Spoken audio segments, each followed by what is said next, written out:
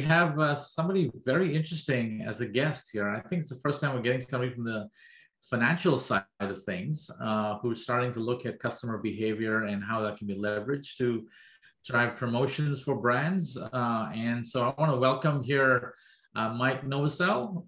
Mike, did I say that right? You did. You nailed it. Okay, fantastic. Perfect All right. Catholic name that sticks to the script and you can't mess up. Awesome. Well, Mike comes to us from Cardlytics and he's got a very interesting background. So I want to turn it over to you, Mike. Welcome to the Retail Perch, and take a few minutes. Just tell us where you're coming from, your background, and what do you do at Cardlytics? Yeah, and Shekar and Stephanie, thanks for having me. I'm a big fan. I appreciate you inviting us to join today. But yeah, so nice to meet you all. I run our grocery, fuel, and convenience business. So anything everyday purchase that you as a consumer would interact with basically is what I live and breathe every day. And we at Cardlytics, the way that most of consumers and marketers for that matter would know us or not be aware that they know us is that when you log into your bank and you are presented with the opportunity to engage with a brand through what many banks have presented as cashback rewards in either your banking application, the emails they send you, or the login environment on desktop, we power that experience for 2,000 financial institutions. So Chase, Wells Fargo, Bank of America, Truist, you name it. And the secret sauce, if you will, behind the scenes is that on the advertiser and marketer side of the house, we create incremental value by virtue of the fact that we are the only ones that the issuers trust with using actual consumer purchase behavior to discern where opportunity resides from a share of wallet perspective, and then act upon it as a lifecycle marketing vehicle to drive consumer habituation and results in a way that many other channels cannot. So yeah, I always like to say that we know probably better than you do where you shop, how often, how much you're spending, and we're in the unique position to really help inform marketers more than any other technology or marketing partner out there. That's fantastic. And Mike, what was your background before you came on to Cardlytics? Oh yeah, like majority of, I would say, the graduating classes in today's college environment, I went straight into finance and the business world. So I actually was a bond trader for 5 years out of college. So I worked at Royal Bank of Canada, and then I worked at a hedge fund. I took all the things I loved from the finance world and all the things I hated from the finance world and found that they were mutually applicable and benefited my personality and my skill set very well by moving into the marketing world. So started there out of college, moved into originally email marketing and worked at a company that Oracle acquired called Responses. So I'd say I was exposed very early on to the nuances of how customer journey mapping, lifecycle orchestration, database management, you name it, extended into cross-channel orchestration. And then by extension of that, the next phase of my career journey was I worked in programmatic advertising for 5 years, leading new business sales at a large-scale demand-side platform called MediaMath, which very much was intentionally trying to apply the same concepts, but in the form of advertising. One place to optimize, manage the consumer journey through the advertising experience and branding experience. And I would say kind of an amalgamation of all those worlds together is what has led this Cardlytics opportunity and the work I do every day to be particularly interesting, because it really forces us, myself and my team, to think about how we use data to create value for both the banks, the consumers, and then the marketers and grocers specifically that we serve day in, day out. That's awesome. That's super interesting. So you're actually connecting brands to consumers through your awareness of where consumers spend their money at different retailers, right? Now, Yep. Are you getting access into basket level, or is it overall spend of the retailer? Phenomenal question, because this is where I would say the future ambitions of where we're intentionally trying to invest and expand our offering longer term to better serve the segment reside. So in current state, I would say the core capacity of our business has been, I really boil it down to, you log into your bank statement and you put your marketer hat on and say, what could someone analyze here at a customer level? That's what we see. The brand they spend at, the timestamp, the date, the dollar amount, and then a view into that whole wallet behavior, both with your brand and outside of your brand, by merchant level data. where we're trying to evolve to, we made an acquisition, I believe it was about 6 months ago, a company called Bridge. And Bridge's specialization, if you will, was effectively acting as an amplified customer data platform that really presented retailers with the ability to discern for their unknown but known customer base, those that buy with them, habituate with them, but aren't part of the loyalty program. What are they actually buying? What's in their basket? And helping extrapolate that data out, model against it, and understand consumer behavior. So you combine that type of capability with our merchant level breadth. We call it the data T. We're trying to basically, as we integrate the businesses and work through the nuances of integrating with them, with our bank partners, really present our marketers and the suppliers they engage with what we call the data T, both breadth and depth into cross-merchant and then in-merchant basket behavior. But I would say we are very much putting a lot of investment and focus into making that a reality come FY22. Got it. I love that term, by the way, data T, because Yeah. it really captures the breadth and the depth. I guess that's what you're trying to convey with that word, right? Never heard that before. Yep. That's nice. I'm going to start using that. So I did not come up with it, so you can't credit it to me. You know how it works. I'm going to attribute it to you for the first 2 times, and the third time I'm going to say, like I've always said. Yes, exactly. Right. No, that's fantastic. So you must have seen some interesting trends here in the last 18 or so months with customer spending, and there must have been some obvious insights that you guys derived out of that. I'd love to hear what you guys saw on your end. Yeah, it's, I'd say probably the top themes that have come up the most over the last couple months.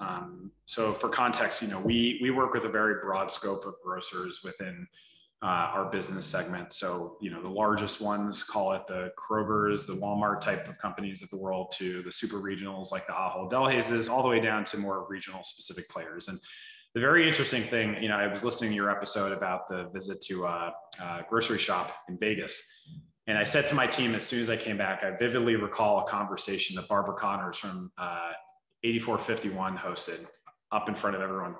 And I left it saying, you know what, even the most smart marketers that were very well equipped with their own first party data and had everything teed up from data architecture to consumer fulfillment, et cetera, all the way down to those that were completely ill-equipped, still struggle with the same thing, which is the fact that COVID just introduced sheer variance in consumer behavior that makes it extremely difficult to preempt and predict what consumers are going to want from them and do next. And that is a consistent challenge across the board. So that one really stuck with me because, when we came back and we took a hard look at how we're serving our clients, we really kind of flipped the script, if you will, and said, we need to take an intentional approach to understanding where the gap resides per merchant to help, abate the next thing they're trying to solve for or solve that big challenge. And a lot of it really just came down to, again, the simple sheer fact. Many of them had difficulty in predicting what consumers wanted next. So, back to your previous question of just like, what were the things we were observing? A really simple one I'll say is that brand preference and channel preference completely flipped on their head, right?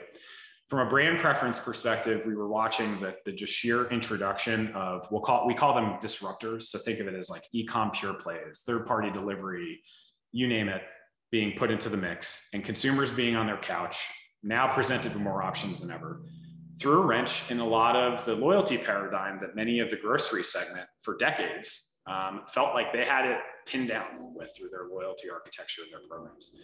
The second was channel preference. So I think, as you probably have observed, and I've heard you voice before on previous episodes, the whole conundrum of convenience and third-party delivery, it's really, I would say, driving a fork in the road of, discerning which are consumers that prefer speed over the brand they're buying from, and they could care less who they're buying from, versus the ones that actually care enough about the given brand, the quality of the produce they're selling, the quality of the product offering, that they actually intentionally want to select that consumer within that modality of purchase, if you will.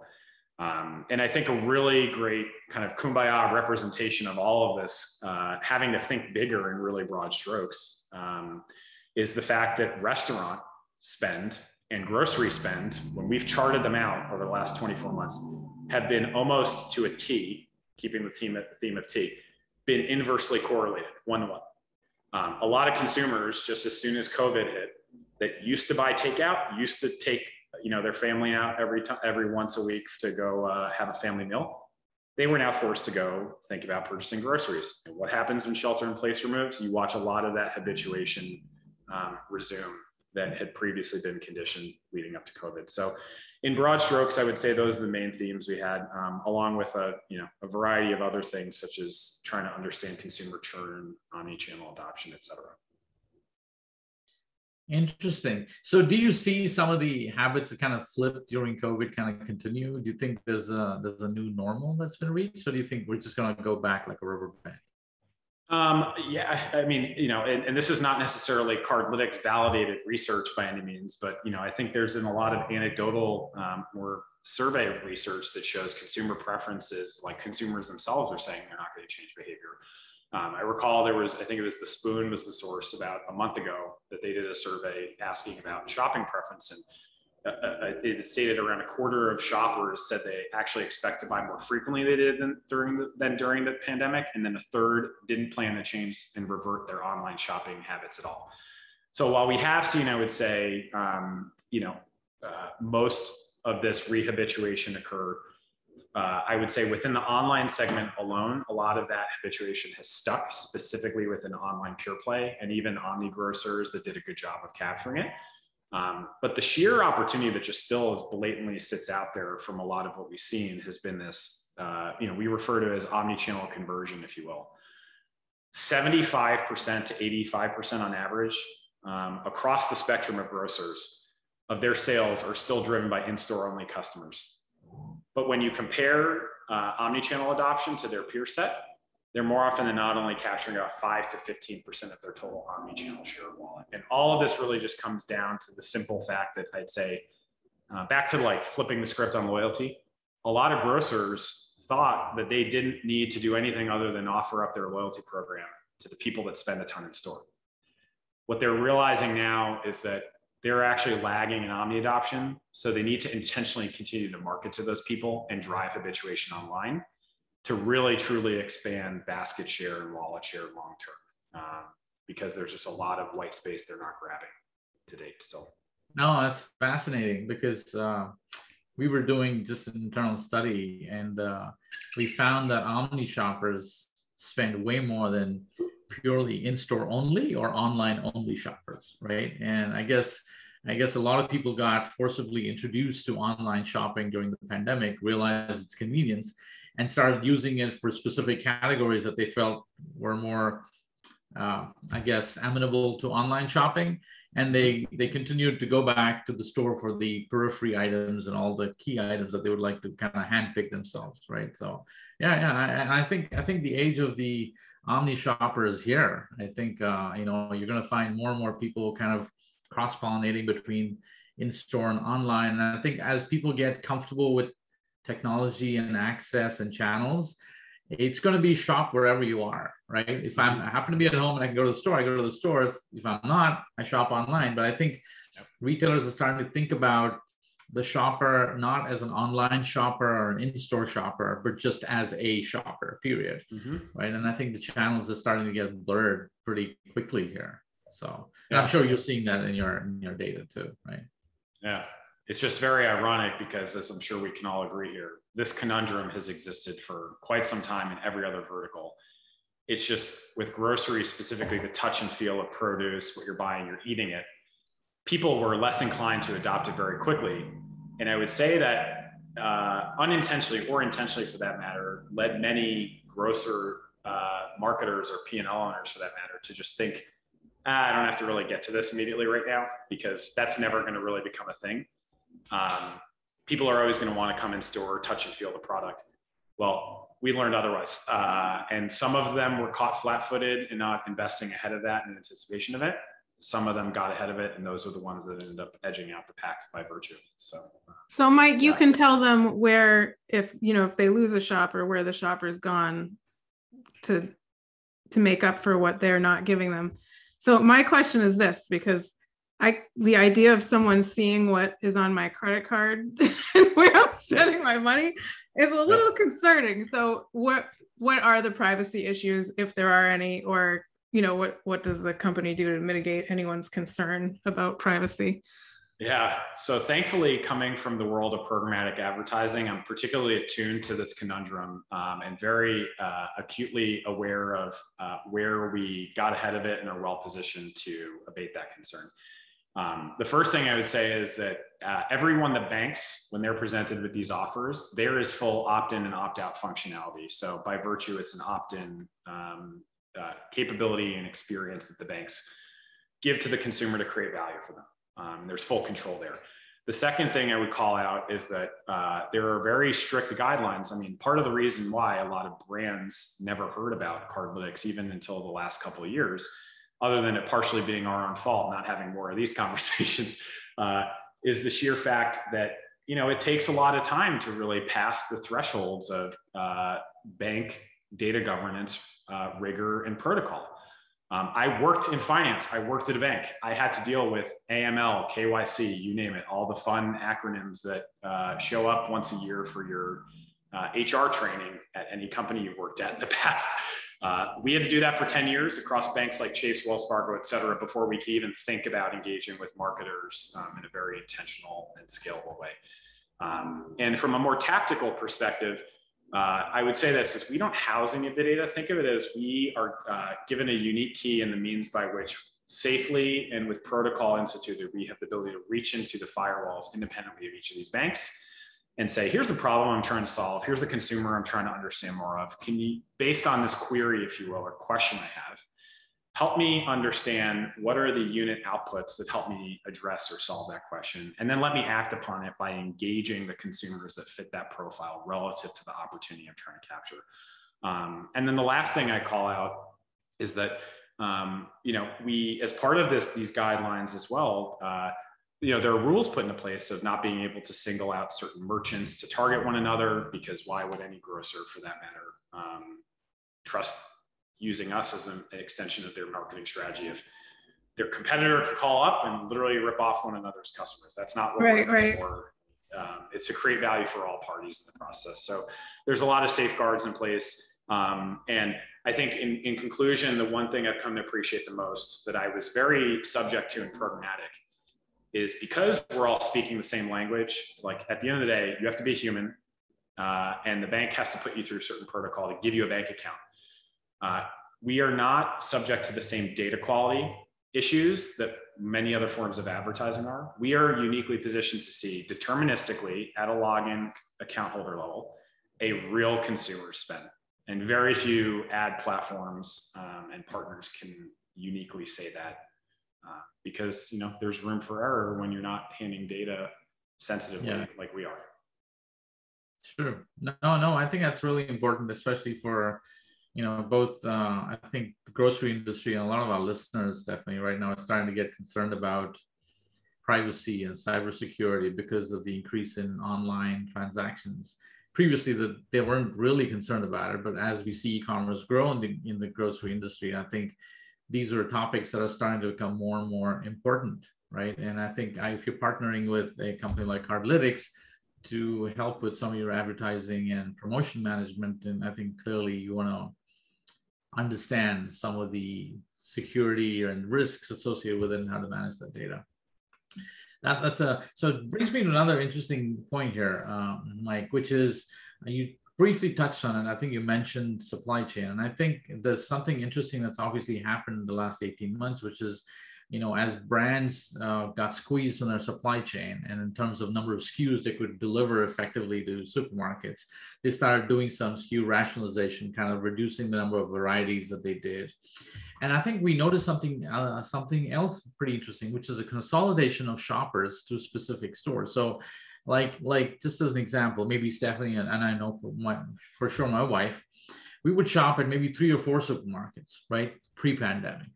Right. And I think when COVID hit, you reduced that to 1 or maximum 2 because you wanted to go to one place to get everything possible, right? Instead of having to make multiple trips. And I'm wondering that's a curious trend because what it also did is it allowed retailers to understand their customers better because they're buying a wider variety of products and maybe even kind of position themselves to make sure they can capture and retain that customer. Now that you know price points. So I'm wondering if there are trends like that, because we noticed that as like specific customer spend at retailers has gone up and some have diminished because of this concept of consolidation. Yeah, it's a phenomenal point, Shekar. And I used to work. Walmart was basically my life for 5 years. Walmart, Procter and Gamble, and all the FMCGs, the CPGs that supplied Walmart was my life for majority of my career prior to joining Cardlytics. And the one thing I really appreciated working with them was the attention and rigor to how do they lay the bricks, if you will, to properly capture, observe, analyze, and then act upon consumer behavior. And I think to your point, with this consolidation of brand selection over time and diversification of merchandise really driving that, it made the flywheel spin faster, if you will. I say to my team a lot, like we've seen in the data that the big box retail that has grocery as a large percentage of their business, the Targets, the Walmarts of the world, the wholesale clubs, right? They were the ones that really edged out the pack the most, as we saw in the public markets, right?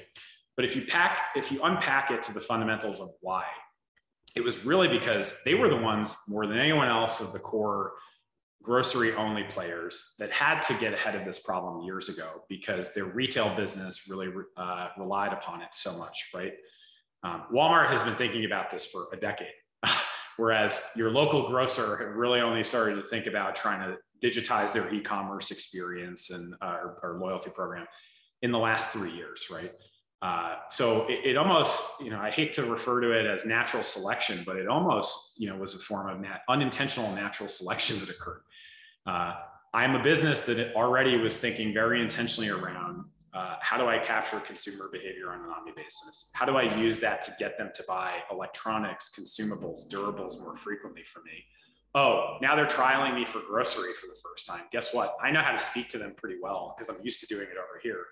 And they were just better able to preempt consumer behavior and drive habituation more quickly than a legacy grocer that now had someone trialing them for the first time online. So it was an unintended consequence, I would say, of that big box segment being well equipped, prepared, and able to speak to consumers more quickly as this variance was introduced into the market in terms of habituation. But yeah, I fully agree. I think that's one of the things that gives somebody like an Amazon a leg up on some of the retailers because they've been doing this for 20 years. Yeah, and it's I think it's a very fair point, and it almost brings back, I feel like, an age-old discussion we as an industry have been having around where is the separation between mass commoditization of brand versus instilling an appreciation for why you shop at that brand. And I think if you break that down into even a smaller microcosm, like I view what is happening with third-party delivery right now and the entrance into the grocery space is also really forcing a lot of grocers to think about, do I just really go deep on the consumers that appreciate the value of the product, the value of the brand, the unique benefits that this brand introduces to my neighborhood, like local formats, them being connected to the community, right? Versus, like this is a consumer that I could spend all the money I want to talking to with promotions, marketing, advertising, you name it, as much as I want. But they're just never going to appreciate the nuances of building an emotional connection with the brand they shop with. And you know what? It's probably better for me to just rescind the opportunity there to someone else, but then go deep on those that are more likely to habitually give me their loyalty and value what I bring to the table. And I think that's the crossroads that a lot of grocers are kind of really presented with right now, which is why when a lot of the clients we work with, it's really digging into the data to dissect based on spend patterns at a customer level. Who are the people that are really worth you investing in versus who are the ones that maybe you should just be taking pause? They look loyal to you, but in actuality, they're just category heavy. So maybe you shouldn't be giving them promotions to your loyalty program as much. Maybe you shouldn't be advertising to them because no matter what you do, you're just not going to establish brand preference with them. They're just, to your point, they need an avocado one night for a recipe. They've got 3 grocery stores around them and they're just going to pick whichever one they're in the mood to go to. And I think it's an interesting conundrum that just, got pulled to the forefront over the last year more than ever. Yeah. Yeah, interesting. So where do you think the players like, I know when you think about grocery space, and 5 years ago, we didn't really have Instacart as it exists today. Well, where do you think that format of, it's even difficult to call it an e-commerce grocery company, right? Because they really don't have in stores, yet they're in the grocery business. And so how do you see models like that? I'm sure you've seen an explosion of spending on Instacart among, from your card information across your merchants. And do you see that as a format that is going to sustain? Yeah, it's a good question. And I feel like there have been a lot of recent publications and third parties. I believe it was either Winsight or Grocery Dive that had put out a recent piece on, are Instacart shoppers truly loyal? And without, I'm never permitted to disclose brand specific information, when we have open format discussions, but I would say as a class, the loyalty to a given third party service, more often than not, is not there to the degree that you would think it is, because a lot of it is feature function, right? It's an arms race of who's delivering 1 minute more quickly or presenting a new unique format. The sheer IP in terms of the actual, capabilities of the brands that they then source the product from, the price point of those products, like that's out of their wheelhouse. And that, as we all know, of your classic econ 101 price, promotion, product, they only have so much control over that, which is why they're more subject to this conundrum, if you will, than any other segment. And I think a good extension or validation of that, I always say it's similar to our practice here of, if you really want to know where you should be focusing, just look at how consumers are speaking with their behavior. Look at how that segment is speaking with its behavior, right? Instacart's recent investments with, Caper and Fabric, et cetera. I think that a lot of those businesses are realizing that the more utility that they can create for the actual grocers themselves by helping them get quicker to meeting the consumer where they are natively over time, now that they've built critical mass through their own core brand, I think that's the direction that they're going to be intentionally trying to create a lot more value. And I'll give you like a really simple thing we hear a lot in market. I had a conversation with a chief of staff at one of the larger super regionals not too long ago. And his comment to me is that we're really at a crossroads where we know what our weaknesses are from a digital e-commerce and then supply chain perspective.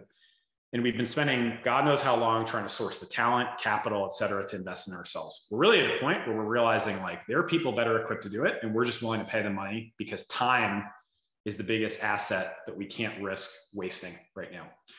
And that one stuck with me because I think Instacart, et cetera, are really playing on that. They're realizing that, they specialized in last mile and convenience and quick fulfillment in a space that a lot of the segment was behind.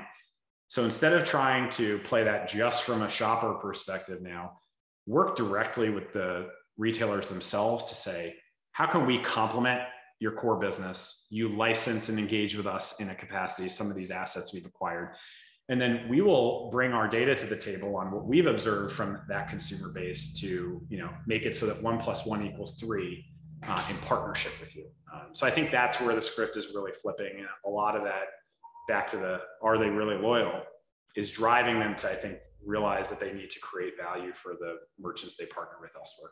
Yeah, I think I agree with you. And I think you've seen also in the last couple of years, a lot of last mile delivery companies come in, and you have these marketplaces where a retailer can choose multiple last mile, fulfillment options. Yeah, and I guess it's a natural outgrowth when people recognize it's an opportunity, you're going to have more startups and more companies open up in that space. I've actually noticed in looking at some of the e-commerce sites for some of the grocery stores where the individual can choose which delivery system they want to use, which I thought was really interesting, because where I am, you get one, and that's yeah. There are a lot of options out there, and now they're giving the customer the option of which they want to use. I think it's interesting, Stephanie, because I think people like choices, but people don't like too many choices, right? Exactly. You get to a point where there's this optimal mix. Like if I walk into a grocery store and I see 50 different cereals, I'm confused. But if they have only one, I'm upset, right? So there's some balance between the 1 and 50 that seems to satisfy people. Like you feel you have the freedom and yet you have the flexibility. It's kind of it's very weird. It's one of those things with human nature where we always want what we don't have, right? So, and I think the marketing machine has to obviously be flexible to understand the consumer's sentiment at that point in time to be able to respond accordingly, right? And it's like, you love glasses, right, Stephanie? You love frame. Stephanie, by the way, has got, for those of you who are listening to us, has like 50 million frames. So changing one every single day. That seems to be a thing. But listen, there was a time when I remember, when I got my eyeglasses, there was only 2 places you could go get your eyes tested and get frames. Right. Now, if I go and search online, there's like 500 sites where I can get eyeglasses. And sometimes I actually think that's more confusing because I wind up spending more time trying to decide where I should get it from. So, and I'm wondering, from your data, Mike, and the kind of services you provide your merchants and your brands, how are you helping them? There's obviously with supply chain shortage, and brands trying to figure out how to rationalize their SKUs, and there's a bunch of tankers stuck outside Long Beach. How's your data helping solve that whole supply chain shortage and providing some answers to? I know a lot of questions, but that's an important one. Yeah, and I'll unpack that in 2 ways. And Shekar, just to give you an analogy of the when is too much choice is, you take some of the concepts you're watching the segment introduce to really expand basket size and LTV, like Albertsons with Fresh Pass and Hy-Vee with their subscription service. That rightfully is a vehicle where, it's shown a correlation in LTV by introducing it. The irony in doing that is now you're introducing a subscription service. And as we all learned from the early days of COVID, most people only have such a threshold for so many subscription services. Deloitte, I remember a study they came out with, it was like February, the first year of COVID. And, it stated that the average consumer can only take on 4.8 subscription fees to their bank account every month before they put one on the chopping block. Now, do you want a more clear example there of you putting yourself in a position where too many choices may not be a good thing? And now more than ever, you have to think intentionally, like, is that a good vehicle to drive habituation? There you go. To your other question around brand preference and then supply chain and selection, again, like back to whole wallet. So we'll often refer to this as a tipping point analysis, or one way we try to help brands realize you're looking at your loyalty base from your typical in-store, now digital first loyalty program. You're telling us these are your most loyal group. They spend with you X number of times over Y period. As all of us have been in this space long enough know, is that any model you build, it's only as good as the data it's built upon. And what I've observed is that a lot of grocers have taken the same approach and mentality of, we know our customers so well because 80% of them have been in store, and we know who is loyal to us, and misassuming that the data they're getting off of initial trial online should be viewed the same way. And I'm picking on this one because if you don't look at the whole wallet view, and why we call this a tipping point, is you wouldn't be able to see that in actuality, when you compare your brand and the relative percent of in-category wallet share versus competitor A, B, C, it takes on average, call it 50 plus transactions over the course of a year for your brand to take over 50+% of their grocery share. That alone is pretty wild when you think about it, but in actuality, it makes sense, right? If I'm buying my bulk purchases for my family with my 2 kids under 2 at Whole Foods every other week, or every week for that matter, but then I'm making periodic trips to Costco for diapers, and then maybe adding one other thing for grocery in my wallet. And I'm going to CVS when my kids get sick, and then maybe also grabbing something else. I'm being exposed to, on average, call it 3 to 4 brand choices on a weekly basis, right? And I'm in that exact scenario, only really allocating, call it at most 20% of my wallet share to Whole Foods. When you look at that on a longitudinal basis and whole wallet behavior, it really becomes clear for brands to say, what does it really take for someone to truly put us as the first consideration point? And I think that's the part that has been missing from this whole discussion for so long. And a lot of brands have had blinders on to, because they've almost been self-reinforcing the problem by not thinking more holistically. They've been just looking at how consumers behave within their four walls, looking how they behave online, and then deciding, when is the point? I just am okay, stop. I don't have to market to them anymore. And they're so loyal, and I don't want to put marketing and media in front of them to exacerbate that supply chain problem. But in actuality, some of those people, if you look at it in totality, you may want to actually be speaking to them more, because these fringe purchases may be less subject to some of the supply chain issues. Thus, it's actually worth marketing to them and building habituation. So for us, it really comes down to looking at the bigger picture and plugging the gaps relative to what they're looking at as a starting point, absent anything else. No, that's brilliant analysis of the entire thing. I think it's going to take me listening to this episode a few times to unpack that. You, I'm the layman here.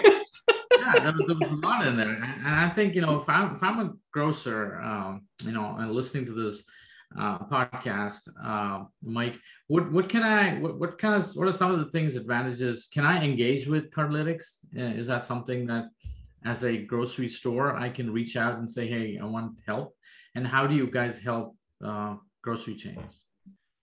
The short answer is yes, and the long answer is that, generally speaking, we're really trying to do ultimately at the end of the day is take a diagnosis first approach for really understanding what is a given grocer struggling with, and then using the assets at our disposal, help them solve that challenge, given our view into consumer behavior. The way it typically starts is understanding, is there a given unique initiative that is top of mind? We're really trying to launch stores in this market and quickly capture competitive penetration. We have new entrants in this market, and we're worried about share erosion. How do we think about building loyalty and using your view into consumer behavior, Cardlytics, to habituate consumers to stay with us? Or we're launching an e-commerce experience. We have really aggressive growth goals. We need to capture as much of that omni share of wallet as possible. Cardlytics help us understand, how are consumers behaving with us on an omni basis today? And how do we get them to allocate more of that share over time? So it usually starts with just, I'd say, asking broad questions around what are the challenges you're struggling with. And, given we already see a lot of most grocers' own customers without them sending any data to us, and can quickly tell them on an omni basis, how is your customer spending in store and online with you, with your brand and elsewhere? It gives us a good launch pad to start to ideate and say, where is the white space? Where is the headroom where we can truly drive incremental sales? And the key word there is incremental. And this is why I'd say we are uniquely positioned versus any other media platform or any other advertising partner out there. Given that we are cleanly looking at it at a per customer level, we can expose certain consumers to the offer and then hold back those within the group that we don't want to target from seeing that offer, and then calculate, by virtue of them logging into their bank in a spending environment, thinking about their money and shopping, now seeing Stop and Shop, Kroger, you name it, for the first time. Did that change their decision to spend with your brand and make a decision that otherwise would not have occurred had they not been exposed? And for most of our grocers, that incremental return is north of 6x plus from a dollar in revenue, dollars out, which on a gross margin basis of typical profile of 20+% gross profit is a very predictable, profitable channel. So in conclusion, I think what I've really appreciated working with our grocery partners, considering the environment around us right now, is we solve two things. We help arm them with information that enables them to predict what will happen next better, and then yield results that are profitable by only charging them when a consumer makes a decision that otherwise would not have occurred by being exposed to a bank offer. Nice. Nice. You know what I really love about that engagement model is that you really don't need any data from them. You have a launch pad of data already sitting with you to help them with some navigating some answers, then fill in the holes with other first-party data that might help, enhance that whole thing. Terrific. I mean, Stephanie, like I predicted, this is going to be an awesome conversation. It's been very unique, by the way, because most of the time, Mike, we were talking to solution providers, or we're talking to industry experts in grocery, and not necessarily looking at the other angle of, this is another dimension of data, right? About spending habits, coming in. And I think it's incredibly valuable for grocers to start looking at customers from a kind of like a step back, a 64,000-foot view of where's my customer and what's their behavior. I think it's fantastic. Stephanie, any questions before we kind of? No, it's I think it's a bird's eye view, actually, when you think it is. I love it. Like I was getting there, but I didn't want to say it. Okay, so no, I'm really blown away by just the thought that someone knows that I shop at my grocery store online, right? And I started doing that during COVID. I never went back to shopping in the store, and because of supply chain issues, I often get an order that's incomplete. So then I take my spend and I go to my little local grocery store that's right around the corner, which I didn't do that before, maybe once a week. Now I go there maybe 3 times a week. And the fact that someone can see that and maybe, give one of them a tap on the shoulder and let them know that, hey, she's doing this, maybe, what can you do to fix that, is awesome. Yeah, absolutely. Yeah. So Mike, this has been a fantastic conversation, and I'm sure, and we're going to get some questions, and hopefully I'd like you to maybe quickly tell our audience how they can reach out to you in case they're interested in having a conversation. So. Yeah, of course. You can visit cardlytics.com and just fill out the contact us form. You can find me on LinkedIn, linkedin.com/Mike Novosel, Novosel. Or you can email me directly at mnovosel@cardlytics.com.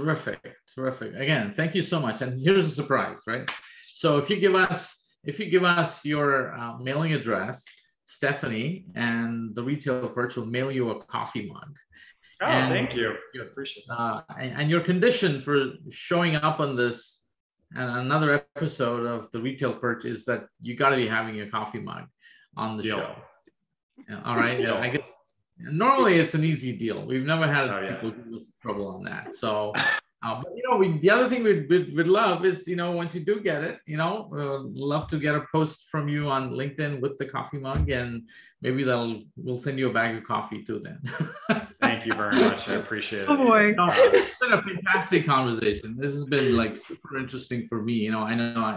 We love data. We love looking at these trends, and we're looking at data all day long, and to get this dimension, this angle into consumer behavior, I think is really valuable for a lot of our listeners as well. Stephanie, any closing announcements here? Or Mike, anything you want to close out with? Thank you again for having me. I really enjoyed the discussion, and I value a lot of the content that you're bringing to market and trying to introduce new solutions, because I think if there's one thing we can all agree on is that we all need to be thinking bigger and constantly reframing what can we be doing better to better serve our customers and then our own businesses. And a lot of that starts with looking externally and realizing that we're not going to be able to perfect everything ourselves. So thank you for what you do. I appreciate it personally. Thank you so much. And I want to, now that I have Stephanie here in person, virtually, I want to thank her for doing a great job at the Retail Perch. As the producer of Retail Perch, I'm just the mouthpiece, so to say. But Stephanie, thank you again. Anytime, Shekar. I'm happy to do it.